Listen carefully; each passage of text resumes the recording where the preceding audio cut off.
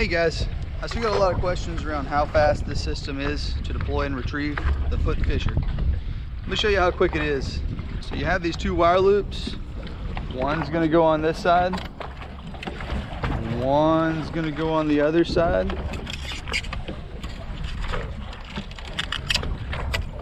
And you're gonna clamp it onto whatever attaches your pole to your boat.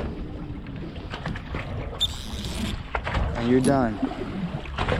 Now, you're ready to turn your transducer pole with your foot. To remove it, let's say you want to spot hop somewhere else, you do exactly the opposite. Unscrew your clamp, pop your wire guides off, and you're ready. You're detached. So when I say seconds, I mean seconds. I do not like wasting time on the water. I know you guys don't either. All right, everybody.